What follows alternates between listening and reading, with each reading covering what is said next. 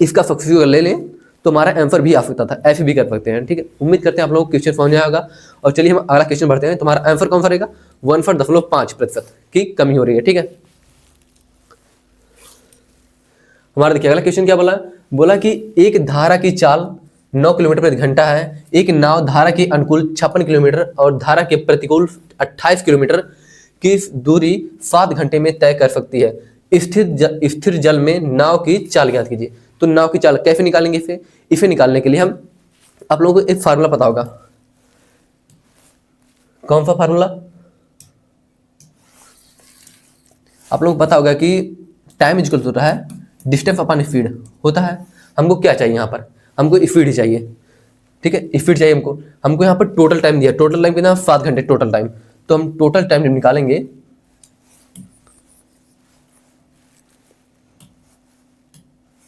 Formula हमारी है। ठीक है, फार्मूला हमारा यही रहेगा।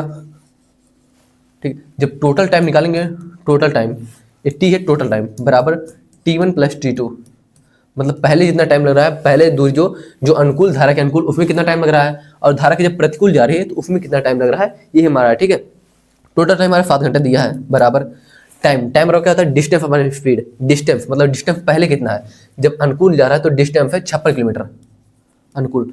और आप लोगों को पता होगा कि ये जो बोट होती है ना, है बोट, ये जाने की धारा, ये क्या है? ये बोट हम लिख दे रहे हैं, ये है नाव की चाल। ठीक है, नाव की चाल है, और ये स्ट्रीम बोलते हैं इसको, ये धारा की चाल, एफ लिख दे रहे हैं हम। ठीक है, धारा की चाल है, बोट और धारा की चाल।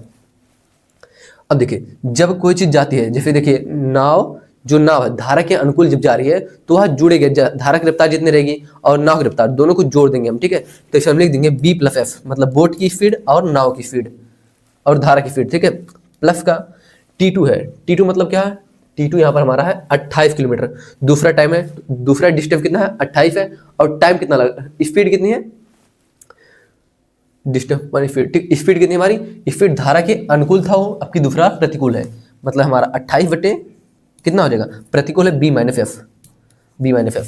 ठीक है, दिख रहा है सब कुछ? ठीक, यहाँ देखिए 7 हो गया बराबर, जब 56 है इसे हम 7 से काट दे रहे हैं। ठीक है, यहाँ पर हम इसे काट देंगे 7 से, तो कैसे कटेगा? 7 × 7,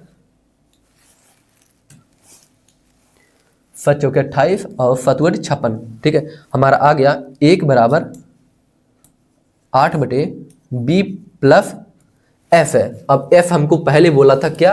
हमको बोला है कि धारा की चाल, हमने धारा ही माना ना F को धारा, इसका कितना दिया? इसका 9 दिया है, 9 किलोमीटर प्रति घंटा। तो हम इसको लिख देंगे 9, प्लस का 28 था तो 4 बचा था, 4 बटे B - F की जगह कितना लिखेंगे? 9 लिख देंगे, F की जगह 9। इसे जब सॉल्व करेंगे हम, यहाँ देखिए B - F, इसको जब गुणा करेंगे, जिसका एलसीएम लेंगे कितना हो जाएगा?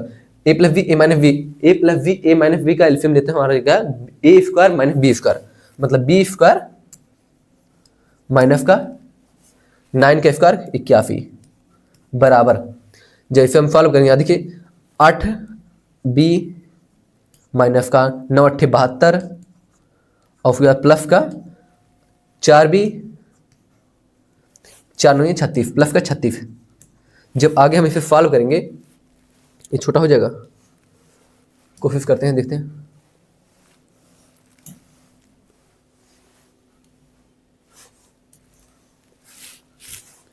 चलिए छोड़िए, फिर कोशिश के आगे देखते हैं। ठीक, आगे पेज हम देखते हैं कितना हमारा है। B² - 81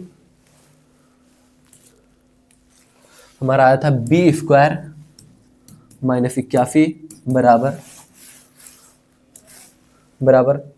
8B - 72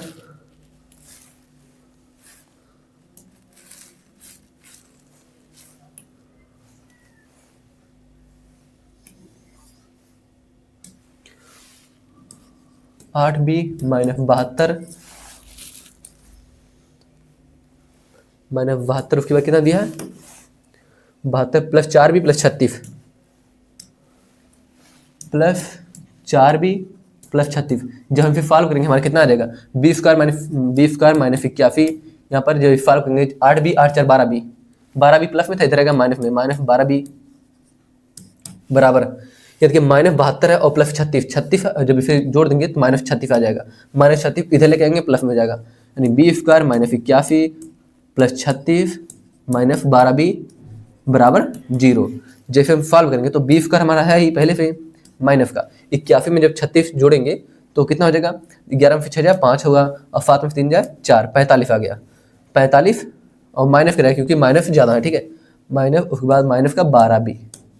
जब हम इसे सॉल्व करेंगे आगे चल के तो हम लिख देंगे फिर B square minus 12 B minus 45 बराबर 0। अब एक गुणनखंड करना है इसका आप गुणनखंड कैसे करेंगे कि 45 आया और 12 जाए, गुणा करने के बाद 45 आए और 12 जोड़ने या घटाने के बाद आए। तो ये मुझसे बेहतर आप लोग जानते होंगे इसे कैसे करेंगे, इसे हम बता रहे हैं ट्रिक में साथ में, ठीक है। बी का मान निकालने के लिए कैसे निकालेंगे आप, याद रखिए जब कि गुणा करने के बाद 45 आए, 15 और 3 हम लेंगे, गुणा करने के बाद 15 आ जाएगा और क्या जोड़ने के बाद माइनस अगर 15 ले लें, ठीक है, माइनस 15 और प्लस का 3 ले लें तो 15 3 45 माइनस 45 आ गया और माइनस 15 और प्लस 3 जोड़ेंगे तो माइनस 12 आ जाएगा। लेकिन इसको करना होता है क्या, बी स्क्वायर का जो बी स्क्वायर जिससे मतलब गुणा होता है, किसी गुणा, एक से गुणा है, इसके फैक्टर्स को बी स्क्वायर के फैक्टर को गुणे को इसे भाग देते हैं, एक से भाग दे देंगे और इसका जो माइनस है मतलब प्लस में है, ठीक है, प्लस में है, इसके विपरीत चिन्ह से मतलब माइनस से भाग दे देंगे, ठीक है। अब क्या हो रहा हमारा, तो बी का मान हमारा क्या आ जाएगा, प्लस का 15 आ जाएगा और माइनस का 3 आ जाएगा। तो माइनस का 3 को हम छोड़ देंगे, इसे क्रॉस कर देंगे, हमारा आया क्या, बी मतलब क्या था हमारा, बी मतलब बोट है, बी है बोट की स्पीड, बोट की स्पीड कितना आ गया 15 किलोमीटर प्रति घंटा, 15 किलोमीटर प्रति घंटा, ठीक है, कितना आ गया 15 किलोमीटर प्रति घंटा। उम्मीद करते हैं आप लोगों को क्वेश्चन समझ में आया होगा। क्वेश्चन में कुछ था नहीं, क्वेश्चन बस आप लोगों को सॉल्यूशन करना था, हमने आपको पूरा एक्सप्लेन किया है कि कैसे कैसे सॉल्यूशन करना है, इसलिए हमको थोड़ा टाइम लगा, ठीक है। बाकी आप लोग इजीली बस यही अगर सॉल्यूशन कर ले गए तो आप लोगों का आंसर आ जाएगा, ठीक है। उम्मीद करते हैं आप लोगों को क्वेश्चन समझ में आएगा। क्वेश्चन अगर आप लोगों को कोई भी दिक्कत हो आप लोग कमेंट बॉक्स में पूछ लीजिएगा, हम इसका आंसर, अगर आप लोगों को कोई भी क्वेश्चन में डाउट रहा तो अगली क्लास में जरूर लेंगे, ठीक है।